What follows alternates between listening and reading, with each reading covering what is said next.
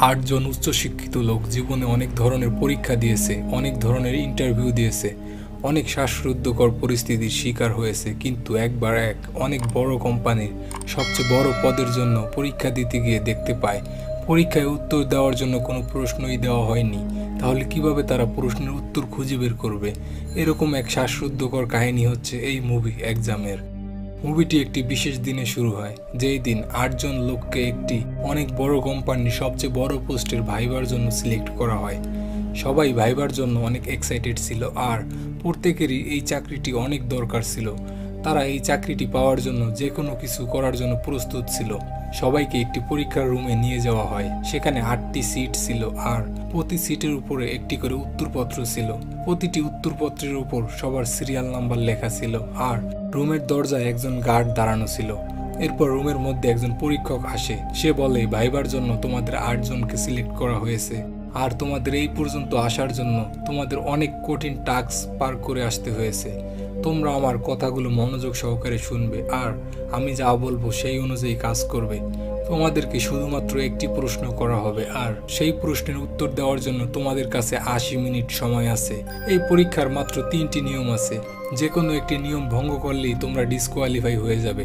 1 নম্বর নিয়ম হচ্ছে, তোমাদের মধ্যে কেউ কোনোভাবেই আমার সাথে অথবা গার্ডের সাথে কথা বলার চেষ্টা করতে পারবে না। 2য় নাম্বার নিয়ম হলো, কোনোভাবে যদি তোমরা পরীক্ষার খাতা নষ্ট করে ফেলো তাহলে ডিসকোয়ালিফাই হয়ে যাবে। আর 3য়ত, কেউ যদি উত্তর না দিয়ে এই রুমের বাইরে পা রাখো তাহলে সে ডিসকোয়ালিফাই হয়ে যাবে।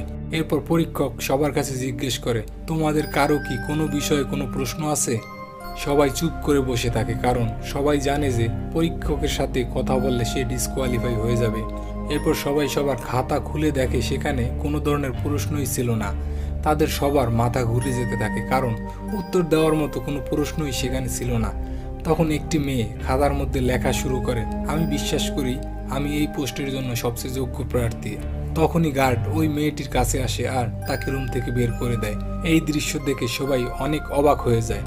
তখন তাদের মধ্যে একজন বলে, পরীক্ষক আমাদেরকে গার্ডের সাথে কথা বলতে নিষেধ করেছে, কিন্তু নিজেদের মধ্যে কথা বলতে কোনো নিষেধ করেনি। তারা একজন আরেকজনের সাথে কথা বলা শুরু করে, কিন্তু গার্ড তাদেরকে বাইরে বের করে না, যার কারণে তাদের টেনশন অনেক কমে যায়। তারা বুঝে যায় যে এই ভাইবার আসল টাস্ক প্রশ্নের উত্তর দেওয়া না, মূলত প্রশ্নটিকে খুঁজে বের করা। তখন আরেকজন বলে, আমরা সবাই মিলেমিশে চেষ্টা করলে ওই প্রশ্ন খুঁজে বের করতে পারবো। তখন আরও একজন ক্যান্ডিডেট বলে, হতে পারে তারা আমাদের টিম ওয়ার্ক দেখতে চাচ্ছে, যার জন্য ইচ্ছাকৃতভাবে আমাদের খালি পেপার দিয়েছে। এরপর একজন ক্যান্ডিডেট তার নাম বলতে চাচ্ছিল, তখনই আরেকজন ক্যান্ডিডেট বলে, আমাদের উত্তরপত্রে আমাদের নাম দেওয়া হয়নি, বরং ক্যান্ডিডেট নাম্বার দেওয়া হয়েছে। হতে পারে আমাদের নাম না বলাটাও এই পরীক্ষার একটা নিয়ম। এরপর তারা তাদের নিকনেম দেওয়া শুরু করে। তাদের মধ্যে একজন লোক নিগ্রো ছিল, তাই তার নাম রাখে ব্ল্যাক, আর আরেকজন লোক শ্বেতাঙ্গ ছিল, যার জন্য তার নাম রাখে হোয়াইট। এক লোকের নাম ব্রাউন, এক মেয়ের চুল ব্লন্ড থাকার কারণে তার নাম রাখে ব্লন্ড। অন্য মেয়ের নাম ব্রুনেট, আর আরেকটা মেয়ের চুল কালো হওয়ার কারণে তার নাম রাখে ডার্ক।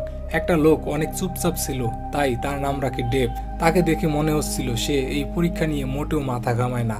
এরপর তারা বলে, পরীক্ষক আমাদেরকে আমাদের সিট থেকে উঠে দাঁড়ানোর জন্য নিষেধ করেনি, আর পরক্ষণেই তারা সিট থেকে দাঁড়িয়ে যায়। কিন্তু গার্ড তখনও তাদের কিছু বলে না।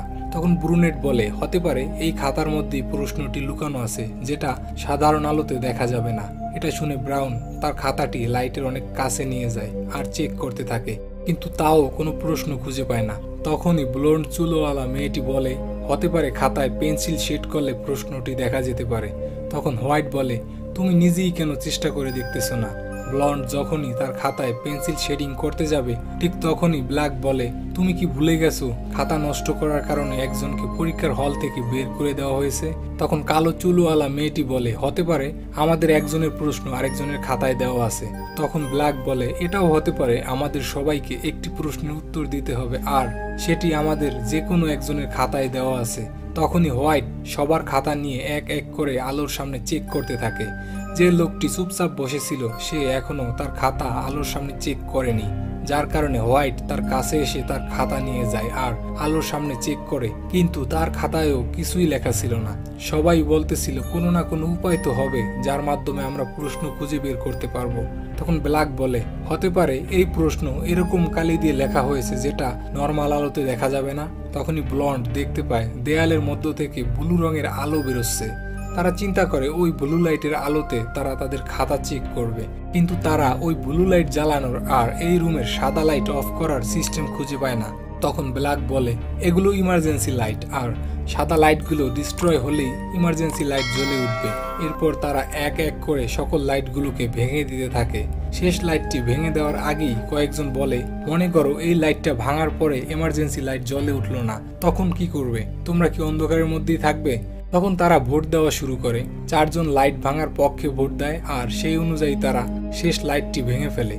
ঠিক তখনই ওই রুমের ইমার্জেন্সি লাইট অন হয়ে যায়। সবাই এক এক করে তাদের পেপার ব্লু লাইটের মধ্যে চেক করে, কিন্তু তারপরও তারা কিছু খুঁজে পায় না। সবাই অনেক টেনশনে পড়ে যায়, কারণ ইতিমধ্যেই 20 মিনিট পার হয়ে গেছে আর তাদের কাছে মাত্র 1 ঘন্টা সময় বাকি আছে। তখন হোয়াইট বলে, পরীক্ষক আমাদেরকে বলেছিল আমরা আমাদের নিজেদের পেপার নষ্ট করতে পারবো না, কিন্তু এটা বলেনি যে আমরা অন্য কারো পেপার নষ্ট করতে পারবো না। যে মেয়েটিকে প্রথমেই রুম থেকে বের করে দিয়েছিল, হোয়াইট তার খাতাটি নেয় আর সেটার মধ্যে পেন্সিল শেড করতে শুরু করে, কিন্তু শেড করার পরেও তারা কোনো ধরনের প্রশ্নের হদিস খুঁজে পায় না। এরপর হোয়াইট বলে, একটি খাতাকে 4 টুকরো করে পানি ঢেলে চেক করা যেতে পারে সেটার মধ্যে কিছু দেখা যায় কিনা। তাই সে ওই মেয়ের খাতাটিকে 4 টুকরা করে আর রুমের কর্নারে গিয়ে কাগজের টুকরোর উপর প্রসাব করে দেয়। সবাই এই দৃশ্য দেখে তাকে উল্টোপাল্টা বলতে থাকে। তখনই কোনায় চুপচাপ বসে থাকা লোকটি কান্না করা শুরু করে আর ফ্রেঞ্চ ভাষায় কিছু বলতে থাকে। তখন ফ্রেঞ্চ ভাষা বুঝতে পারা ডার্ক মেয়েটি বলে, সে বলতেছে ব্যবহারী বংশের পরিচয়। এরপর ব্রাউন বলে, হতে পারে এটা কোনো পরীক্ষাই না, এটা এক ধরনের গেম। হতে পারে এই কালো গ্লাসের পিছনে দাঁড়িয়ে সবাই আমাদের কর্মকাণ্ড দেখতেছে আর হাসতেছে। তখন ব্রুনেট বলে, এই কোম্পানি মোটেও এরকম না, এই কোম্পানির সিইও অনেক ভালো মানুষ আর সে মোটেও এরকম কিছু করবে না, তুমি এই বিষয়ে কোনো টেনশন নিও না। এরপর জানা যায় যে এরা সবাই এখানে ইন্টারভিউ দিতে এসেছে, কিন্তু কেউই এই কোম্পানির আসল নাম জানে না। আসলে এই কোম্পানি এরকম একটি রোগের ঔষধ বানাচ্ছিল যে এই রোগীদেরকে প্রতি ঘন্টায় তাদের ঔষধ খেতে হয়, না হলে তারা মারা যায়। তখন ব্রাউন বলে, একবার এই কোম্পানি অনেক বড় লস করে, এরপর থেকে তারা কোম্পানিতে লোক নেওয়া বন্ধ করে দেয়। কিন্তু ডার্ক বলে, না, এগুলো শুধু লোক দেখানোর জন্য করা হয়েছিল, হতে পারে তারা ওই ঔষধ আবিষ্কার করে ফেলেছে আর এটার জন্য তারা নতুন লোক নিয়োগ দিচ্ছে। এরপর তারা একটি ফায়ার অ্যালার্ম দেখতে পায় আর তারা ভাবতে থাকে এখান থেকে হয়তো এরকম কোনো কেমিক্যাল বের হবে যেটা দিয়ে এই কাগজের ভিতরে থাকা প্রশ্নকে খুঁজে বের করতে পারবো। তখনই ব্রুনেট গার্ডের কাছে যায় আর তার পকেট থেকে লাইটার বের করে আনে, যাতে করে আগুন জ্বালিয়ে ফায়ার অ্যালার্ম চালু করা যায়, যাতে সেখান থেকে পানি আর কেমিক্যাল বের হয়ে আসে। ব্রুনেট লাইটার নিয়ে ফায়ার অ্যালার্মের কাছে যায়, কিন্তু ফায়ার অ্যালার্মটি অনেক উপরে ছিল, যার কারণে সেটায় লাইটারের আগুনের কোনো প্রতিক্রিয়া হচ্ছিল না। তখন হোয়াইট একটি উত্তরপত্র নিয়ে মেয়েটির হাতে ধরিয়ে দেয় আর বলে, এটাই আগুন লাগিয়ে ফায়ার অ্যালার্মটি চালু করো। কিন্তু ফায়ার অ্যালার্ম চালু হওয়ার পরে ব্রুনেট লক্ষ্য করে এটা তার নিজের উত্তরপত্র ছিল। তার পেপার নষ্ট হওয়ার কারণে গার্ড তাকে বাইরে বের করে দেয়। এই রুমে শুধুমাত্র 6 জন লোক বাকি ছিল। হোয়াইটের কাজের জন্য ব্ল্যাক তার উপর অনেক রাগ করে। এই সব কিছু দেখে ওখানে চুপচাপ বসে থাকা লোকটির অনেক রাগ হতে থাকে, সে কান্না করতে থাকে। তখন হোয়াইট লোকটির কাছে যায় আর তাকে বলে, তুমি কান্না না করে তোমার খাতা ছিঁড়ে ফেলতেছো না কি জন্য? হোয়াইটের কথায় লোকটি ইমোশনাল হয়ে তার খাতা ছিঁড়ে ফেলে আর গার্ড তাকে বাইরে বের করে দেয়।